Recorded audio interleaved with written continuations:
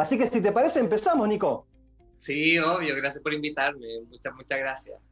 No, gracias a vos. Bueno, en este libro que tenés, ¿no? Derribás todos estos mitos, ¿no? Que te impide tener una vida quizás más saludable, ¿no? ¿Cuántas veces hemos creído completamente y demos por cierto cosas estas cosas que nos imponen, ¿no? La sociedad, como verdades que son inamovibles? Malditos mitos, Nico, malditos mitos. Por eso amo tu ingenio, esta forma lúdica que tenés para ayudarnos a transmitir y a entender estos conceptos. Así que la primera pregunta, ¿solo existe la medicina convencional? Bueno, claro, ese es uno de los primeros mitos del libro y claramente no es así. De hecho, desde distintas instituciones internacionales hay muchos tipos de medicina que están consideradas al mismo nivel de la medicina convencional, que es la que impera actualmente como principal paradigma reinante en el mundo médico, pero también existe la medicina, por ejemplo, ayurveda, que viene de India, está la medicina china, a través de la cual se trabaja con acupuntura, existe también, acá en Chile nació algo que se llama la naturopatía, hay distintos tipos de terapias como las flores de Bach, el Reiki, que también están como institucionalizados y que también se estudian en distintos espacios, instituciones, y que las personas, al menos acá en Chile, van mucho, y de hecho hay una encuesta bien interesante que el 2020 las personas acá en Chile, el 53% de los encuestados prefirieron realizar algún tipo de medicina integrativa, complementaria, antes que la medicina convencional, por no encontrar como solución a sus problemas, entre comillas. Entonces, claramente la medicina convencional, solamente científica, no es lo único que existe. Qué lindo, qué alto porcentaje, Nico. Repetime, por favor, el porcentaje. Un 53% lo he encuestado. Bien. Yo creo, y cuando te escucho y cuando leí tu libro, que es el futuro, ¿no? Vos decís, en esas plantitas, ¿no? En esa lechuga, en ese tomate que todavía se sigue investigando, se sigue averiguando, ahí está el futuro. Y me encanta una partecita que decís, escuchen, si ustedes van al médico y le dicen, che, no importa lo que comas, salgan corriendo, guachini, y corran por su vida, decimos. Ahora, la pregunta es, ¿los alimentos realmente tienen un poder medicinal? Sí, pues totalmente. Y eso, yo encuentro que esa es una de las cosas como bien divertidas que ha aparecido, porque finalmente todos estos mitos son las mismas personas, los seguidores, los guachini en las redes sociales, que me han enviado estas cosas, estas situaciones que les suceden y que se encuentran frente al médico, este diostor, que lamentablemente a veces cree que sabe todo y en realidad no por haber estudiado 7 años de carrera y 3 años de especialidad vas a ser como maestro en todas las áreas, ¿cachai? Entonces, una de las principales cosas en las cuales no hay suficiente materia, conocimiento, es la alimentación terapéutica aplicada en la clínica y basada en ciencia, que no se trabaja, a nosotros como médicos, al menos a mí en los 7 años de carrera, de pregrado, no me enseñaron nada de alimentación terapéutica aplicada a la clínica. Y a qué me refiero con ese concepto tan grande que puede parecer, es cómo los alimentos pueden ser utilizados para ayudar en procesos y sanaciones de distinto tipo. Nosotros sabemos, por ejemplo, que los alimentos más vegetales, más integrales, tienen mayor cantidad de nutrientes, son más baratos, antiinflamatorios, antioxidantes y múltiples otros beneficios que no se obtienen en pastillas de vitaminas, en multivitamínicos o en los fármacos tradicionales. Y eso es la base, imagínate, todos nosotros comemos algo todos los días, eso claramente va a impactar mi cuerpo físico y mis otros cuerpos. Entonces, desde ese punto de vista, la carrera de medicina y gran parte de las otras áreas de la salud están al debe con esta formación. ¿Y cuánto? A ver, por favor, búsquenlo, está en la librería de confianza, una editorial Grigalbo, que es impresionante, la número 1.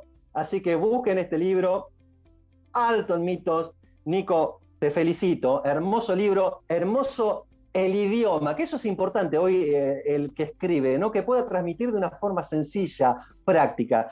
Nico, cuando hice tu introducción, dije que viviste 3 años consecutivos en Alemania, ¿no? En donde te llamó la atención que viste convivir sin problemas, ¿no? Lo que pasa acá, una grieta impresionante, sin problema alguno, la medicina tradicional con esta medicina diferente, ¿no? Esta llamada medicina antroposófica. Está bien ahí, ¿eh? Difícil. ¿Qué es esto de la medicina integrativa, Nico? Ajá. Bueno, yo tuve la posibilidad de estar en Alemania 3 años consecutivos, pero intermitentemente en Alemania, porque el curso de certificación de medicina antroposófica era internacional, no era solo para alemanes. Entonces eso significaba que yo tenía colegas y compañeros de todo el mundo, y como en cada país había distintos climas, distintos horarios, distintas cosas, era como un mes intensivo y después uno volvía al país a seguir haciendo su práctica y después volvía a Alemania, intensivo, y después, entonces eso era como los 3 años de certificación para que la gente entienda un poco en lo que estuve entre el 2017 y el 2019. ¿A dónde estuviste? Y la medicina integrativa surge hace unos 10, 15 años como concepto en el cual, como su nombre lo dice, integra la visión convencional, más pragmática, más materialista, reduccionista, con las visiones más, por así decirlo, holísticas, que abarcan el todo del ser humano, también ancestrales y, por qué no, espirituales. Y ahí entran todas estas terapias que han ido saliendo a lo largo de la evolución del ser humano, que también buscan sanar de una forma global y no solamente tratar un síntoma, porque muchas veces un síntoma nos está mostrando algo que va más allá del mero síntoma.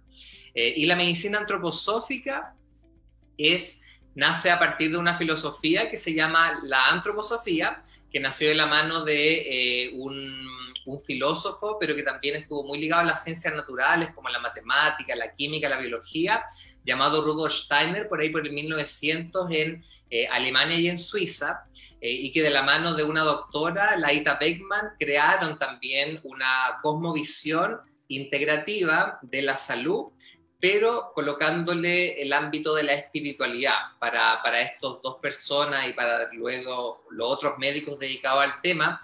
El objetivo es que uno pueda entender cómo los procesos físicos son manifestaciones de procesos internos y espirituales del ser humano. Entonces, que uno puede utilizar la ciencia, el método científico, para entender los fenómenos espirituales a partir de sus manifestaciones en el mundo material. Entonces, desde ese punto de vista, cuando uno estudia medicina antroposófica, se abre un poco, se amplía la visión de la medicina, porque ahora, si a esta persona le sucedió esto en el pasado y tuvo alguna vez una crisis de pánico y sufrió un trauma y después tuvo colon irritable y después los exámenes le salieron alterados y después eso conllevó a que se alimentara mal y el colesterol le salió alto, todo eso está ligado a procesos que desde lo inmaterial y abstracto se empezaron a concretizar y a materializar en el cuerpo que llamamos físico. Entonces, eso busca la medicina antroposófica, darle una ampliación al entendimiento que nosotros tenemos de las actuales enfermedades, que en realidad desde esta visión no son enfermedades, sino que son procesos que el ser humano va atravesando a lo largo de esta experiencia que llamamos vida. Bien, excelente, muy claro. A ver, ayúdame con esto, porque vos decís que en la medicina integrativa, ¿no? No se habla tanto de esto de la lucha, de la guerra, de la batalla, y sí, dijiste de proceso, ¿no? Y acá en este proceso se abre un abanico de la multiplicidad de herramientas para enfrentar esto, el virus actual, bacterias, enfermedades. ¿Por qué se defiende tanto la totalidad, ¿no? La integración de la separación? Ayúdame a entender esto. Lo que sucede es que esto viene del que yo lo explico, lo trato de explicar un poquitín en el libro, que viene de un paradigma. Nosotros creamos la realidad a partir de distintos paradigmas. Por ejemplo, el paradigma del diostor, que el doctor tiene que ser frío, serio, fome, paternalista, como súper como distante de la persona. Y eso No se tiene que pintar el pelo, no se tiene que poner uñas, no tiene que estar vestido así. Claro, y eso separa a dos seres humanos, pues al final el doctor es un ser humano, el paciente es un ser humano, pero entonces nos vamos creando estos paradigmas. También está el paradigma del capitalismo y el neoliberalismo, que buscan la acumulación de recursos materiales por sobre todas las cosas, y ya sabemos cuáles han sido las consecuencias que ha traído eso a nivel social, las clases, las estratificaciones, la acumulación del porcentaje de las riquezas de un país en un pequeño porcentaje, acá en Chile del 2% de la población, y en el mundo. La alimentación, por ejemplo, el paradigma de que la alimentación se basa en una tabla piramidal en la cual abajo están carbohidratos que pueden ser refinados, proteína animal y después un poquitín de fruta y verdura y ya está. Cuando en realidad la ciencia ha demostrado que tiene que ser totalmente lo contrario. Entonces, nosotros basamos nuestra vida en ciertos paradigmas que se transforman en creencias y que se transforman en realidades. Pero uno tiene que hacer como el trabajo inverso, como ir para atrás y decir, chuta, ¿de dónde viene esta creencia? ¿De dónde viene este paradigma? Y ahí uno se encuentra que a partir de lo que se llama el dualismo cartesiano, en ciertas épocas del mundo en las cuales se dividió la ciencia de la religión, ahí se separa un poco la espiritualidad, la globalidad, el holismo de lo que es el ser humano, que no está separado en partes, ni de sí mismo ni del resto, con lo científico, lo material, el microscopio, las bacterias, lo micro, buscando el detalle hasta lo más específico para poder entender la totalidad. Cuando en realidad eso genera una separación, pues se genera que yo me empiezo a creer que esa mínima parte es el todo. Cuando en realidad nosotros sabemos, por ejemplo, que una planta, si es que yo me tomo unas gotitas de tintura madre de toda la planta, va a ser mucho más beneficioso que comerme el extracto científico, farmacológico de una parte de esa planta, una molécula. Entonces, desde ahí viene esta separación entre medicina convencional y medicina o integración, ¿cachai? Que son los paradigmas, son paradigmas en los cuales uno se desenvuelve en la vida, pero que en realidad uno está llamado a quitarse esos paradigmas para poder ingresar a uno mismo. ¿Qué es lo que a mí me hace sentido? ¿Qué es lo que yo necesito? Y en verdad, Nico, esto está pasando, porque a mí me encanta hacer entrevistas de diferentes profesiones, diferentes ámbitos, y no solo pasa en la medicina, pasa en la psicología, pasa en la filosofía. Hay que abrir un poco y empezar a cuestionar lo convencional, ¿no? Y ahí empezamos a entender realmente dónde estamos parados. Mira, Nico, me encanta esto del mundo emocional, estudio mucho las emociones, porque creo fielmente que somos seres emocionales que razonan, dice un doctor acá, nuestro argentino, pero para no caer en esta mirada reduccionista, ¿no? Vos le sumás mucho, hablas de la naturaleza anímica, de la naturaleza física, de la naturaleza mineral, y rompes con algo más y dices, muchachos, le sumo nomás, la naturaleza humana, ¿no? Ahora, hacemos un recorrido simple, así práctico como sos vos, por estas naturalezas. ¿Qué nos ayuda a entender todo esto? Bueno, esto yo lo aprendí harto de la antroposofía, y eso es lo que se llama la cuatrimembración del ser humano, en la cual el ser humano se podría dividir, pero en realidad no está dividido, pero para estudiarlo uno puede esquematizarlo en 4 miembros, de ahí viene la cuatrimembración. Entonces cuando uno se pone a estudiar al ser humano, la biología, la química, la fisiología, etcétera, uno se da cuenta que el ser humano está formado, por ejemplo, por distintos tipos de elementos y moléculas, minerales, ¿ya? El nitrógeno, el oxígeno, el carbono, etcétera. Pero, al igual que una piedra, esas moléculas y esos elementos atómicos están ahí, pero necesitan de algo más que los vivifique, necesitan como que porque un átomo de nitrógeno no tiene vida por sí mismo, ¿cierto? Entonces, ¿qué es lo que pasa? Ahí uno está en el mundo mineral, en el mundo, por ejemplo, de las rocas, de los elementos, la tabla periódica, etc. Pero si uno se pone a observar el mundo que le rodea, uno se da cuenta que existen otros organismos que tienen distintas capacidades para crecer, para reproducir, no para reproducirse entre otros, sino que para replicarse, para proliferar y para obtener los nutrientes del medio ambiente y generar nutrientes hacia el mundo. Y ahí uno se empieza a encontrar con un mundo que es el mundo vegetal, el mundo de las plantas, que está muy ligado a lo acuoso, al agua, y que de hecho se compone desde esta visión de lo que se llama el cuerpo etérico, que es como el cuerpo energético, vital. Pero además, si es que uno se pone a observar otras cosas del mundo, se da cuenta que existen otros organismos que ya no están atados al suelo, sino que se pueden mover y que pueden volar y que pueden ir de un lugar a otro y que también tienen instintos y tienen glándulas y generan hormonas y producen cortisol y tienen hambre y digieren las cosas, y ahí uno se encuentra con el mundo animal. Y el mundo animal está plasmado de sensaciones, de instintos, él tiene un sistema nervioso que le permite sentir dolor, por ejemplo, son seres sensibles, lo cual no ocurre en las plantas no tienen un sistema nervioso hiper complejo para generar toda esta maquinaria diferente y diversificada que contienen los animales, y ahí nos encontramos con el mundo animal, que está asociado a lo que se llama el cuerpo astral desde esta visión que tiene que ver con el aire. De hecho, las plantas tienen los órganos hacia afuera, ¿cierto? Las flores, las hojas, las raíces. En cambio, en los animales ocurre lo que se llama en embriología una invaginación. Se adentran, se vuelven hacia adentro los órganos y ahora se crea un mundo interior con órganos internos que trabajan en son de mantener a este animal vivo.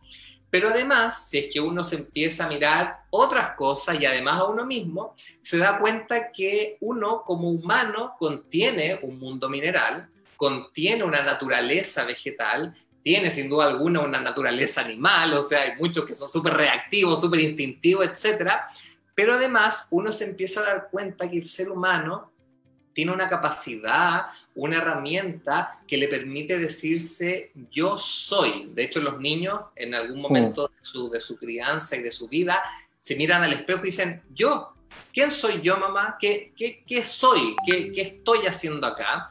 Y también el ser humano tiene esta capacidad de pensar y repensar y viajar al pasado y viajar al futuro, incluso dentro de sí mismo, crearse diarreas mentales y generar ansiedad, o estar pendiente del pasado y generarse depresión y tantas otras cosas más. Y esta autoconciencia de lo que yo soy y de cómo va pasando mi biografía en el mundo es lo que se llama también el yo, la naturaleza humana, y que está asociado al elemento calor. Y esos son los 4 miembros constitutivos del ser humano, que ninguno es mejor que el otro, ni está sobre del otro, sino que conviven para crear los distintos organismos que viven acá en la Tierra. Excelente, excelente. Ahora te pongo en práctica, porque está mucha gente mirando y dice, bueno, está fenomenal la teoría de este señor, me encantó, me convenció. Pero ahora, desde esta mirada integrativa, ¿no? Contemplando estos ámbitos que vos decís, físicos, mentales, emocionales, espirituales, ¿qué herramientas vos, Doc, nos podés dar para cuidarnos y vivir mejor? Bueno, es divertido porque uno muchas veces dice, no, yo soy puro animal o soy puro vegetal, pero en realidad no, uno no ve a una planta y un vegetal haciendo esta cuestión que estamos haciendo, porque o sea, esta conversación, una pantalla, es súper loco si es que uno se lo puede imaginar.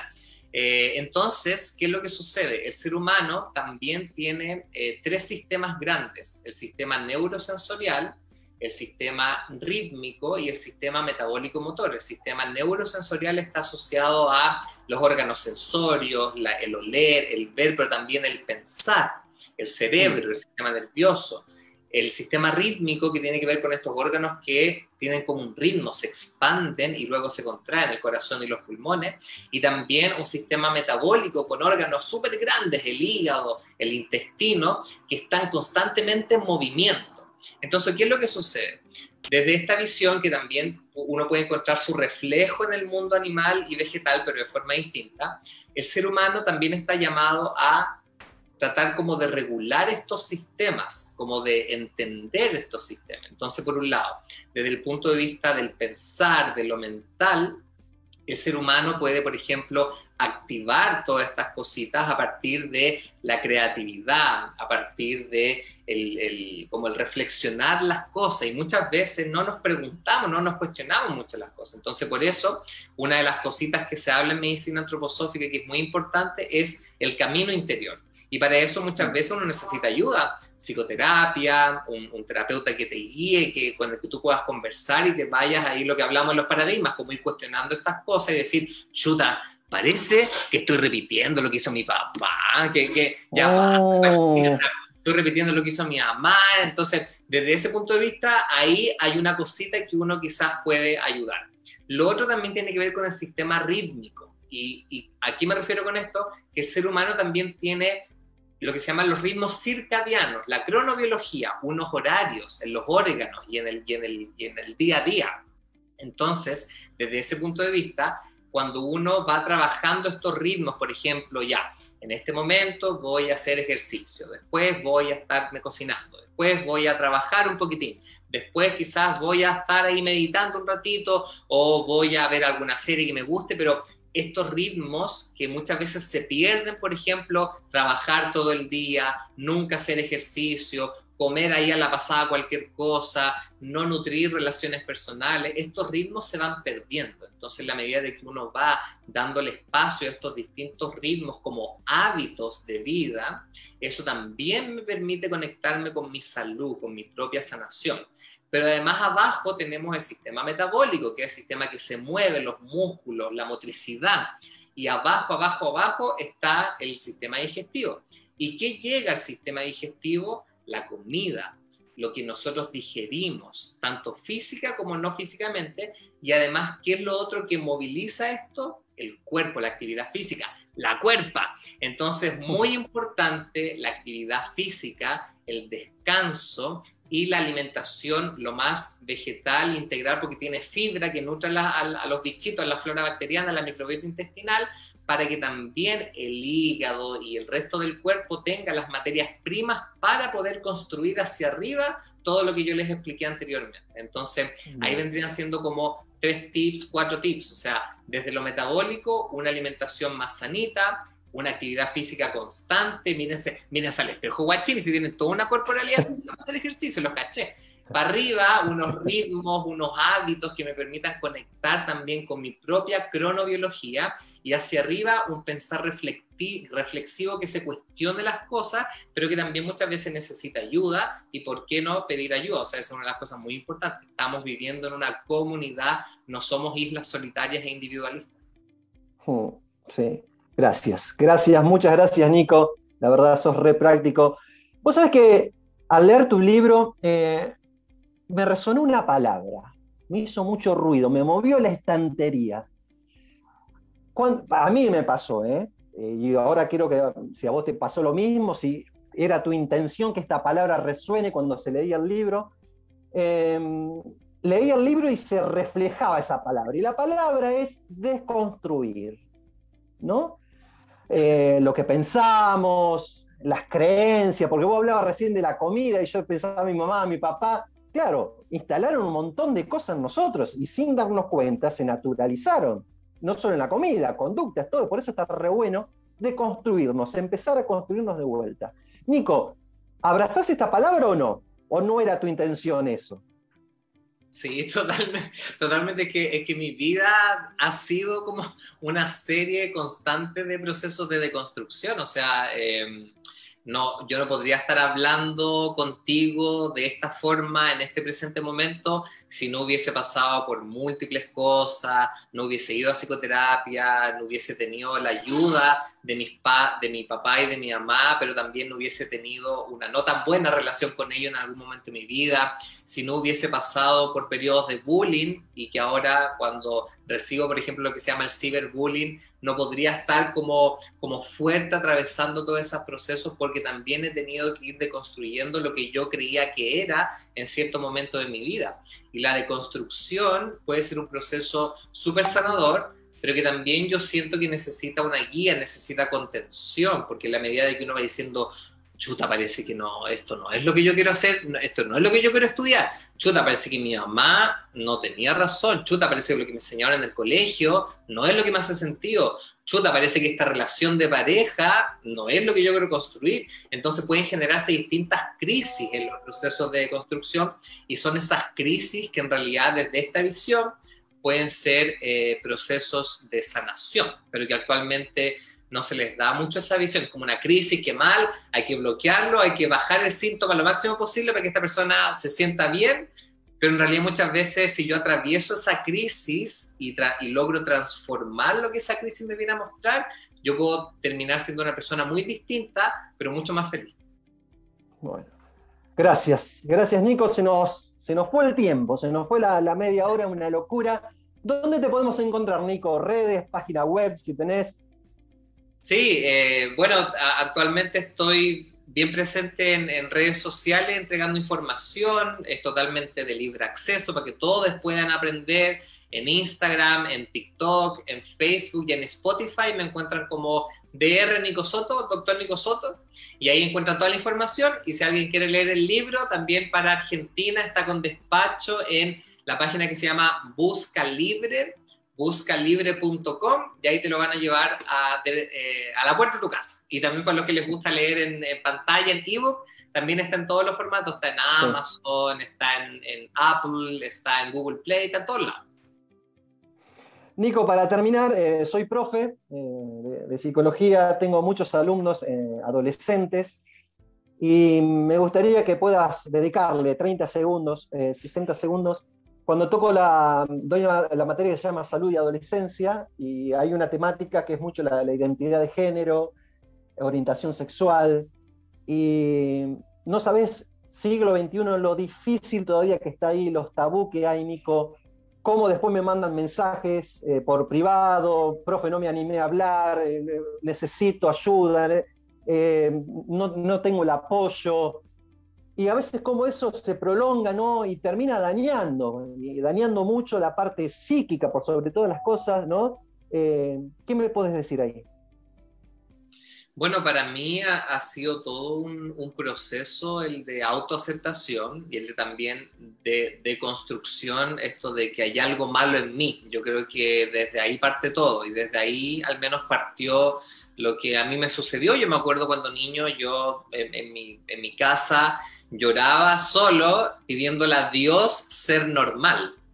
Y eso tiene que ver mucho con como la misma sociedad en la cual estamos viviendo, la misma también forma en la cual se enseña en los colegios. Ese también es otro de los paradigmas que yo creo que de a poquito va a ir rompiendo. O sea, actualmente tenemos una educación que es muy unilateralizada, en la cual casi que los chicos tienen que aprenderse los conceptos de memoria, y a eso le llamamos educación, cuando en realidad quizá eso no es tanto la educación. La antroposofía ahí tiene harto que decir, lo que se llama la pedagogía Waldorf. Entonces, de esa visión, en la adolescencia, yo encuentro que la adolescencia es uno de los periodos que no está tan visibilizado como lo está, por ejemplo, la adultez mayor o la menopausia. En la adolescencia ocurren cambios hormonales reales, y eso generan cambios también a nivel del pensar, del sentir, sumamente importante, y que si no tienen la suficientemente contención y comprensión y espacio para ser hablados y analizados y vivenciados,